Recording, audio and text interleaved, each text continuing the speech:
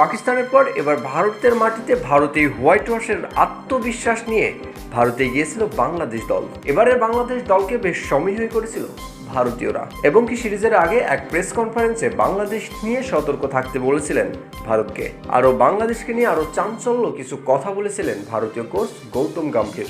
বাংলাদেশকে নিয়ে ভারতের ভাবনা যে ভুল ছিল না সেটির প্রথম তিনি প্রমাণ করে দিয়েছেন বাংলাদেশি পেসাররা। বল হাতে রীতিমতো দিশেহারা করেছিলেন ভারতীয় ব্যাটিং লাইন আপদের তাসকিন, হাসান মাহমুদ, নাহিদ রানারা। বিশেষ করে ভারতের বিপক্ষে হাসান ছিলেন বিধ্বংসী। বাংলাদেশের পেস আক্রমণে স্তব্ধ হয়ে 144 রানে 6 উইকেট হারিয়ে ফেলে টেস্টের প্রথম দিনই ভারত।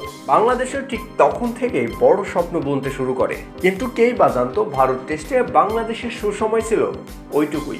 এরপরই শুরু হয় ভারতীয়দের দাপট। যে দলটি 200 রান তুলতে হারিয়েছিলেন 6টি উইকেট, সেই দলটি 400 রানের কোটা সুই করে রান সংখ্যায়। আর ব্যাট হাতে ভারতীয় বোলিংদের তোপের মুখে পড়ে বাংলাদেশও ফিরে যায় পুরোটান ব্যর্থতার দিকেই। মূলত 149 রানে গুটিয়ে যাওয়ার পর অনেকটাই ম্যাচ থেকে ছিটকে যায় বাংলাদেশ।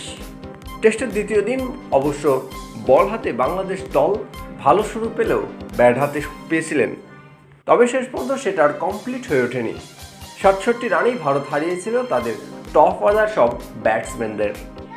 দ্বিতীয় ইনিংসে 500 রানের কোটা ছুঁতে গিয়েই বাংলাদেশের ব্যাটিং লাইন আপে আবারও সেই পুরাতন ছন্দপতন। শেষ পর্যন্ত 250 রানের বড় হার। ম্যাচ শেষে এক প্রেস কনফারেন্সে বাংলাদেশের সব থেকে প্রাপ্তির জায়গাটুকু খুঁজে পেলেন পেস বল অ্যাটাকিং। ব্যাট হাতে বরাবরের মতো ব্যর্থতার দায় স্বীকার করে নিয়েছেন টাইগার কাপ্তান নাজমুল হাসান শান্ত। এবারের মতোই বলারদের মতোই ছন্দে ফেরার আশ্বাস দিলেন ব্যাটসম্যানদেরকে।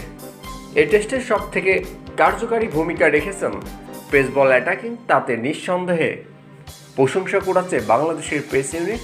আরও একবার শুধু বল নয়, ব্যাট হাতেও সমানভাবে অবদান রাখলেই দলের জয় অনিবার্য। তবে দলের জয়ের জন্য ব্যাটসম্যানদেরকেই রাখতে হবে বড় অবদান। দিন শেষে আগামী সিরিজে ভালো করার প্রত্যয় নাজমুল হাসান শান্তর।